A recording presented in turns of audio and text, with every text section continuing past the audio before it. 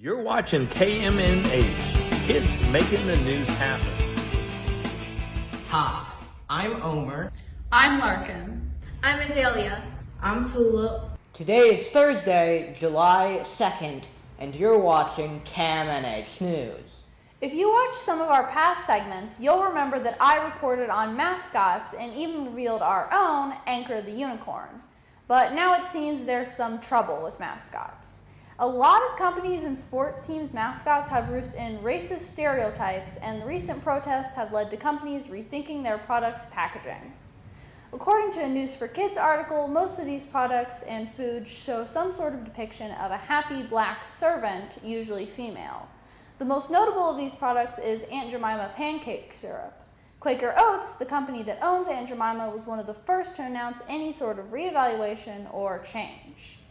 In an article by Kate Taylor, it says that Land O'Lakes butter has also removed a depiction of a Native American woman from its packaging. But this isn't just happening with food. Sports teams have often had racial stereotypes in their names and logos. Some examples being the Cleveland Indians, Washington Redskins, or the Kansas City Chiefs. Lots of sports teams are changing their mascots so that they're no longer supporting racism in this way.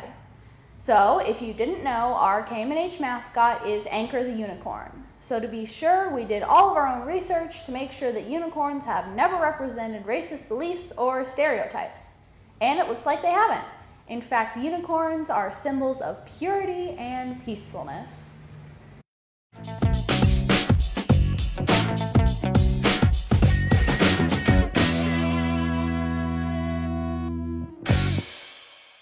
Today and tomorrow will be in the 90s. It's a great day to get ready for the 4th of July weekend. I hope everyone has a great holiday. This is Tulip, and this has been your KMNH Weather Report.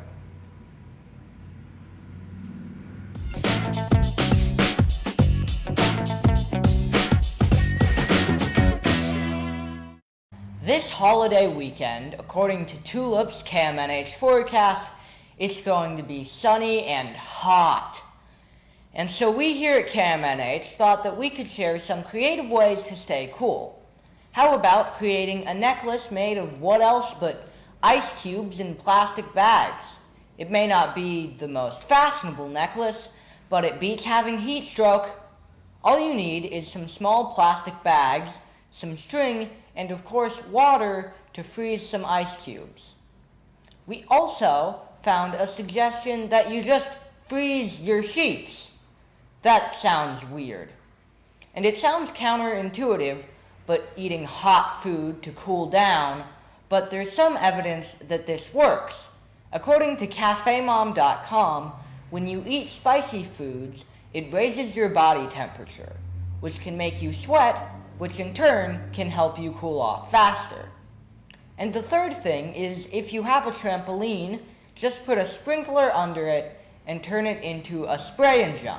So I thought I would try option number 1, with a couple small Ziploc bags and some string, and let me tell you, it works. In fact, it works too good, as now I'm more worried about freezer burn and hypothermia than anything. In fact, I think I'm starting to shiver. Thank you to Christine Shee and Matthew Whitby for sponsoring this segment of KMNH. Today's word of the day is adjust, spelled A-D-J-U-S-T.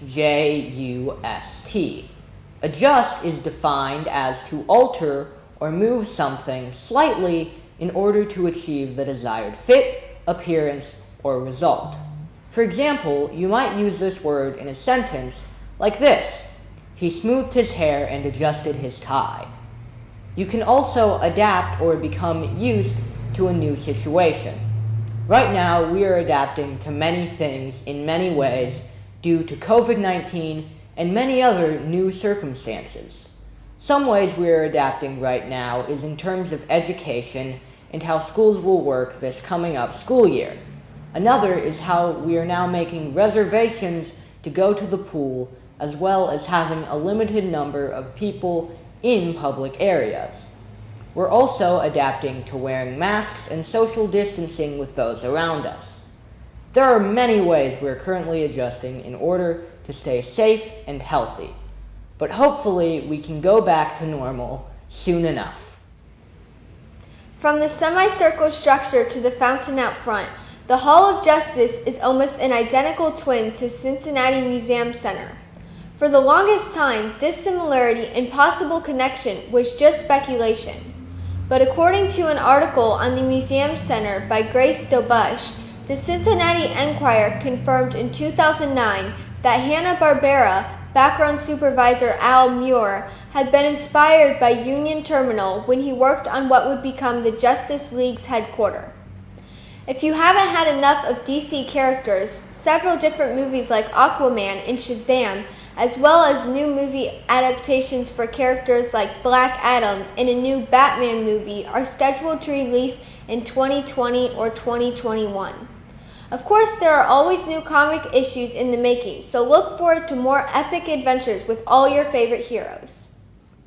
The owners of D&D are working to remove racial stereotypes within the game. In D&D, most races have a certain alignment tied to them.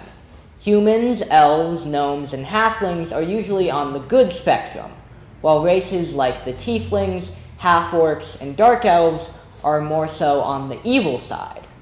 In response to the racial injustice going on, the Wizards of the Coast, the company that owns D&D, is working on D&D and making an attempt to remove these stereotypes within their games. It is this thing lurking under the surface that really is painful for people who have faced those sorts of stereotypes in the real world, says the principal rule designer Jeremy Crawford. A lot of characters that are black or brown or blue, they're evil and very one-dimensional. And D&D is a game about being yourself and being anyone you want to be. They want there to be villains, but it shouldn't be based on the character's race. This is Omer with a special report. Money can't buy love or friendship, but it would mean the world to us if you became Happen's BFF. BFF of course stands for best friend forever, but here at Happen it also means a little something else.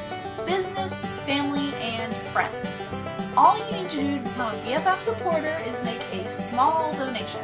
Just go to happening.org and click on the donate link. We thank all past, present, and future BFF donors. Thanks for tuning in to KMNH, Kids Making the News Happen. KMNH is brought to you by Happen Inc. and is filmed in the Happen studio in Northside on the corner of Chase and Hamilton. I'm Omer. I hope that you've enjoyed this broadcast, and I hope that you will tune in again tomorrow for more Kids Making the News Happen.